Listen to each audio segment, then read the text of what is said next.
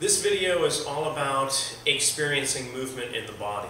It can serve as a way of screening or self-assessing how your body moves successfully in certain ways and not so successfully or perhaps restricted in other ways. It can also serve as a way of getting the joints in your body to enhance the range of their mobility or their ability to move freely without assistance. So in order for us to go first and experience this, we want to really use our inner eye, if you will, to feel what's going on with the body. Begin by just standing in bare feet preferably, and just experience where you feel the weight transferring down into the soles of your feet.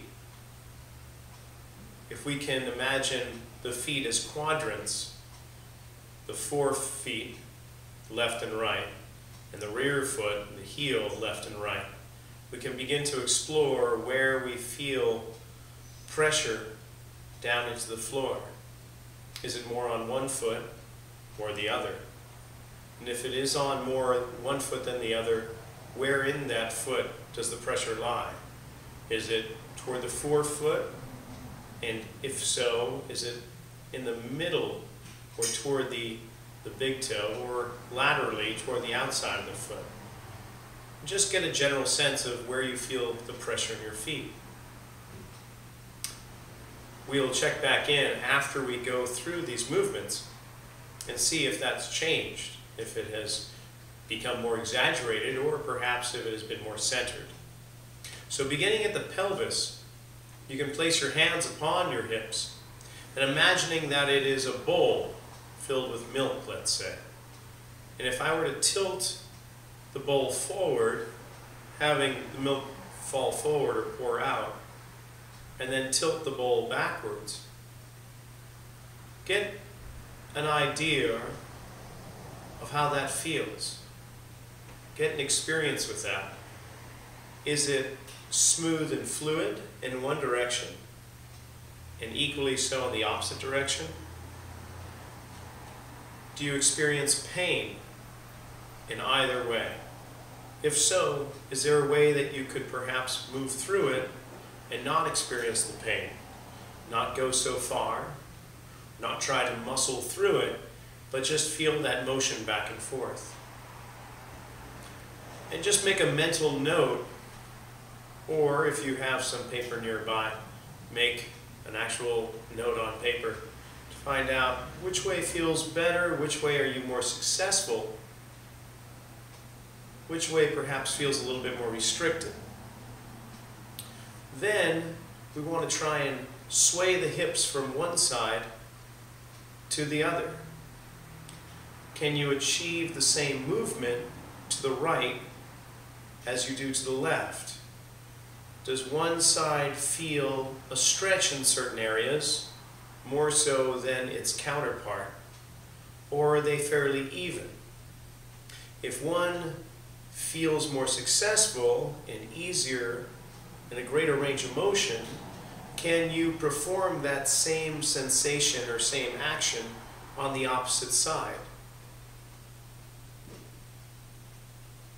After that, we're going to see about hiking and dropping the pelvis by simply bending one knee and allowing that pelvis to drop down, and then coming up, and then dropping the opposite knee, allowing that pelvis to drop down and come on up. And as you move through this action, what does that feel like from one side to the other? Is it easier to drop down into one hip compared to the other side? Do you feel yourself wanting to rotate, or other activities or movements to try and get deeper?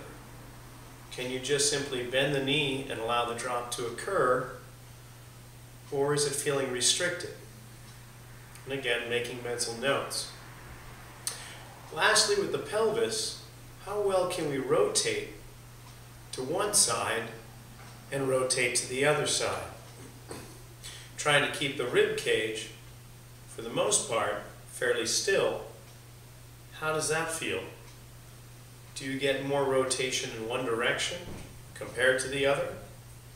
Do you feel a greater level of restriction or muscular tension surrounding this area? Do you feel it in your lower back or in your waist? Again, just getting an awareness of how your body moves. Moving up to the rib cage, we're going to try and tilt the rib cage forward and back. In essence, dropping the rib cage downward and tilting it back, lifting it upward. So tilting forward and dropping, tilting back and lifting. What does that motion feel like? Again, is it smooth action, or is it rather staccato, kind of jerky action going in one direction or another?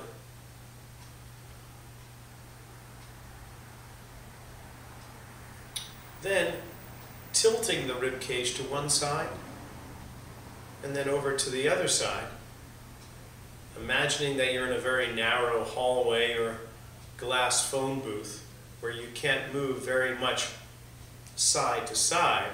Can you just simply tilt the rib cage from one side to the other? Is it a fairly even sensation, or do you notice that there's some restriction? Make a note. Then rotation. How is it to turn the rib cage to the left and to the right? Trying to keep the hips and the head, for the most part, pointing straight ahead. Do you feel more successful in one direction compared to the other? Are they even? Again, just make that mental note. Moving up into the head or the skull, as if we had Steve Martin's arrow going through our ears. That is the axis of rotation. Can we rotate the head upward and then downward, lifting the chin up, pulling it back down? Are you more successful in one direction than the other? Do you feel tension or restriction? Is there discomfort? Keep that in mind as well. Taking the head now side to side. Do you notice any difference in that sensation? Can you achieve the same movement one side to the other? And then rotation. Taking the head to the right and to the left, yet keeping the rib cage still. What does that feel like? So now that we have explored three-dimensional movement of the pelvis, three-dimensional movement of the rib cage, as well as three-dimensional motion of the skull, we're beginning to understand the ways in which we move in an easier fashion compared to other ways. But those components of our body are not individual components, but integrative parts of the greater whole. So we want to explore how they integrate with one another. So imagine, if you will, that you have a book or some object on your head that you don't want to fall off. Try and keep your head, for the most part, nice and level as best you can. Can you take your rib cage and your pelvis and pull them toward each other and then pull them away? Do you find greater range of motion one direction or the other? Is there any discomfort or restrictions?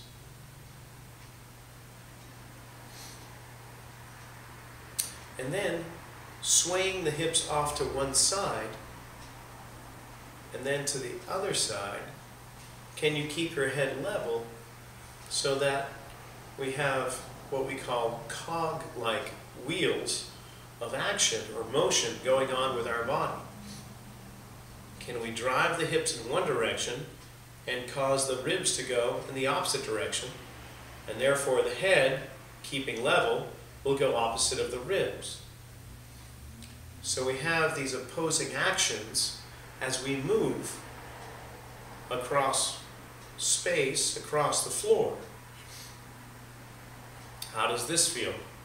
Do you get a greater range of motion? Can you keep your head level, going from one side to the other?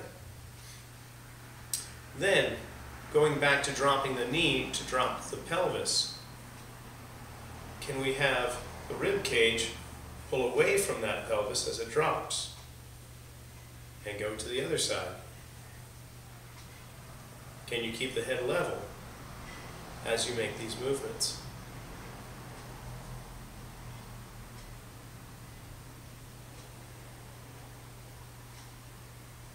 Does one side feel easy or natural, normal, while one might feel perhaps strange or uncertain?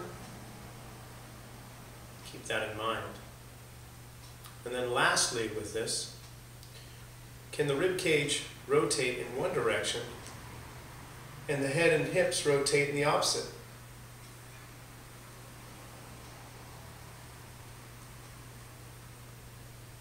Which occurs while we walk. Hips rotate one direction, rib cage rotates in the opposite, and the head follows the hips.